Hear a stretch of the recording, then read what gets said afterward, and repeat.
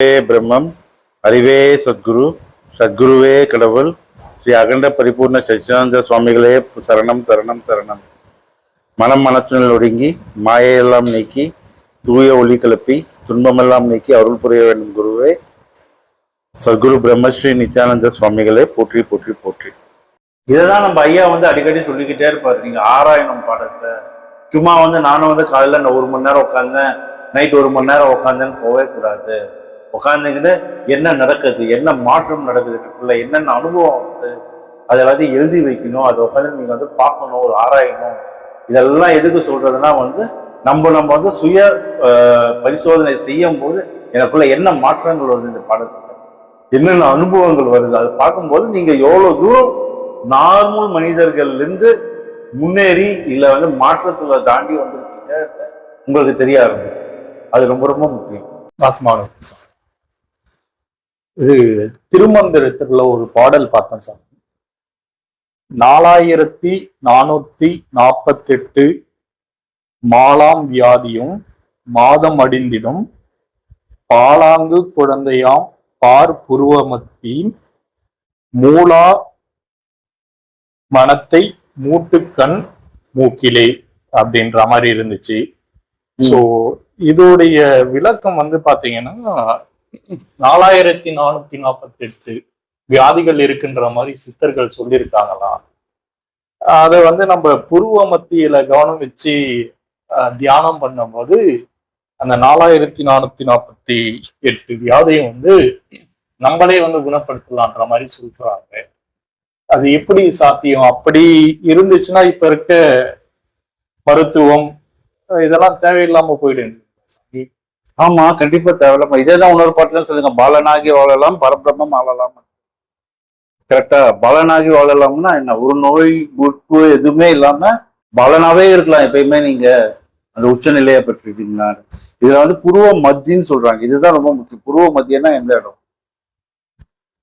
இங்க 2 புருவத்துக்கு நடுவுல இந்த பொட்டு வைக்கிற இடத்தான் நம்ம புருவ மத்தின்னு நினைச்சிட்டு இருக்கோம். ஆக்சுவலா உண்மையா பார்த்தா புருவ மத்தி என்று ஒரு இடம் சூட்சுமா உள்ள இருக்கு.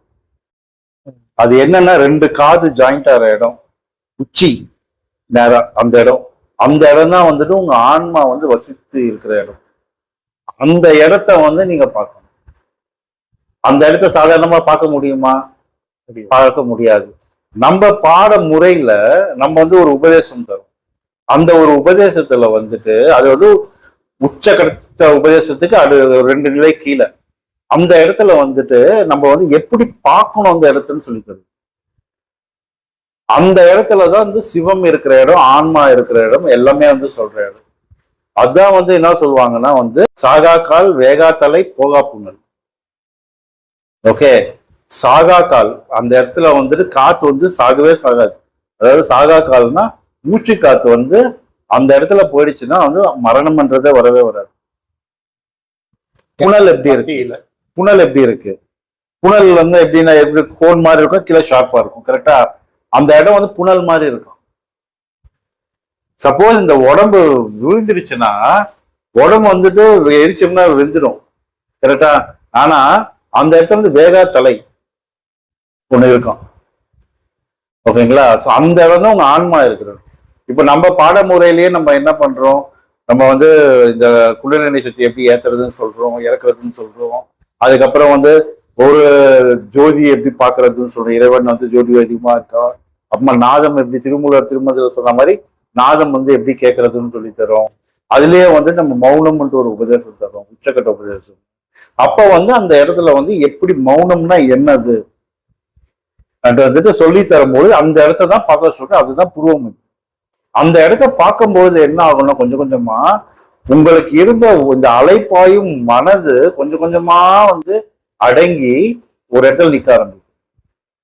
மனம் அடங்கி நிற்கும் பொழுது என்ன ஆகும்னா உங்களுக்கு உள்ள இருக்கிற அந்த கபம் கோலை எல்லாமே வலிஞ்சு வெளில வரும். ஓகேங்களா? அப்போ நீங்க சொல்ற அந்த 4000 நோய்களும் ஓகேங்களா முக்கியமா எதனால ஆகுதுன்னா உங்களுடைய 10 விதமான வாயுக்களால, தச வாயுகளாலதான் இந்த நோய்கள் எல்லாம் உருவாகுது, செயல்படுது எல்லாமே. அப்ப என்ன ஆகும்னா நீங்க இப்ப பண்ற அந்த மூச்சை வச்சு பண்ற கதியோ இல்ல அடுத்தடுத்த பாடத்துல பண்ற நிலையினால ஆட்டோமேட்டிக்கா என்ன ஆகும்னா இந்த ஒவ்வொரு நோயா வந்து உங்களுக்கு விலக ஆரம்பிக்கும். ஆனா இப்போ வந்து ஃபார் எக்ஸாம்பிள் நான் மௌன உபதேசம் வாங்கிட்டேன், இல்ல அந்த உபதேசம் நான் வாங்கிட்டேன்னா உடனே நாளைக்கே சரியாகுமா? ஆகாது. குறைந்தது ஒரு 12 ஆண்டு காலம் வந்து இந்த உபதேசத்துல இருந்து பயிற்சி, உச்சகட்ட பயிற்சி பண்ணணும். பயிற்சின்னா நான் 10 நிமிஷம் உட்காந்துட்டேன் மௌனத்துல அப்படின்னு. நம்ம ஐயா என்ன சொல்லுவாருன்னா, நீ வெள்ளிக்கிழமை நைட்டு ரூமுக்குள்ள போய் கதவு மூடிட்டேன்னா குறைஞ்சது 24 மணி நேரம் கதவு திறக்க மாட்டேன். உட்காந்து மௌனத்துல நீ உட்காந்துட்டேன்னா அவ்வளவுதான். 24 மணி நேரம் குறைஞ்சது நீ வெளில வந்து வரக்கூடாது. அதனாலதான் அந்த காலத்துல சித்தர்கள்லாம் என்ன பண்ணா குகைக்குள்ள போய் உட்காந்துட்டாங்க. அவ்வளவுதான். பல்லாண்டு காலம், அதாவது பல்லாண்டு காலம்னா எப்படி, நகல்லாம் வெளில வந்து சுருட்டிக்குமா? அந்த மாதிரி பல்லாண்டு காலம் நீங்கள் அதுல இருக்கும் பொழுது இந்த நோய்கள் இதெல்லாம் சொல்றாங்க இல்லையா, இதெல்லாம் விலகிடும். நேரம் புறதே தெரியாது. நேரம் எப்படி தெரியும்? ஒண்ணுமே தெரியாது.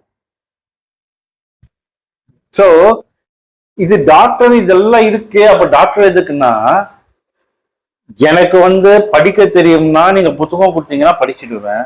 எனக்கு படிக்கவே தெரியாது, படிப்பறிவே இல்லைன்னா, இப்போ ஒரு எல்கேஜி குழந்தை கிட்ட போயிட்டு நீங்க வந்துட்டு ஒரு புக்கை கொடுத்தீங்கன்னா, ஒரு எம்பிபிஎஸ் உடைய ஒரு புக்கு கொடுக்குறீங்கன்னா அந்த குழந்தைக்கு என்ன தெரியும்? அதுல அந்த குழந்தைக்கு என்ன தெரியும்? கப்பல் பொம்மை போட்ட படம் போட்ட புக்கு, இல்லைன்னா வந்து ஏரோப்ளைன் போட்ட புக்கு, பொம்மை போட்ட புக்கு கொடுத்தீங்கன்னா அது பார்த்துட்டு இது ஏரோப்ளைனு, இது கப்பல்னு சொல்லணும்.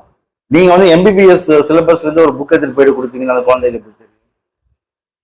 அந்த குழந்தை அந்த அறிவு பெற்றதுக்கு அப்புறம் அந்த புக்கை பார்க்கும்போது ஓகே எம்பிபிஎஸ் வந்துட்டு இது வந்து அனாட்டமி, இதை வந்துட்டு இதெல்லாம் வந்து சொல்லுவாங்க. கரெக்டா? அது இல்லைன்னா அவங்களுக்கு அது தெரியவே தெரியாது.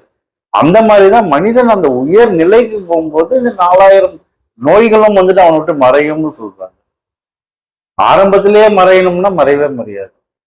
நான் வந்து இந்த பாடம் வாங்கிட்டேன், 1 வருஷம் பண்ணிட்டேன், நான் ஞானி ஆயிட்டேன்னா யாராலையுமே அவ்வளவு சீக்கிரம் ஞானியே ஆக முடியாது.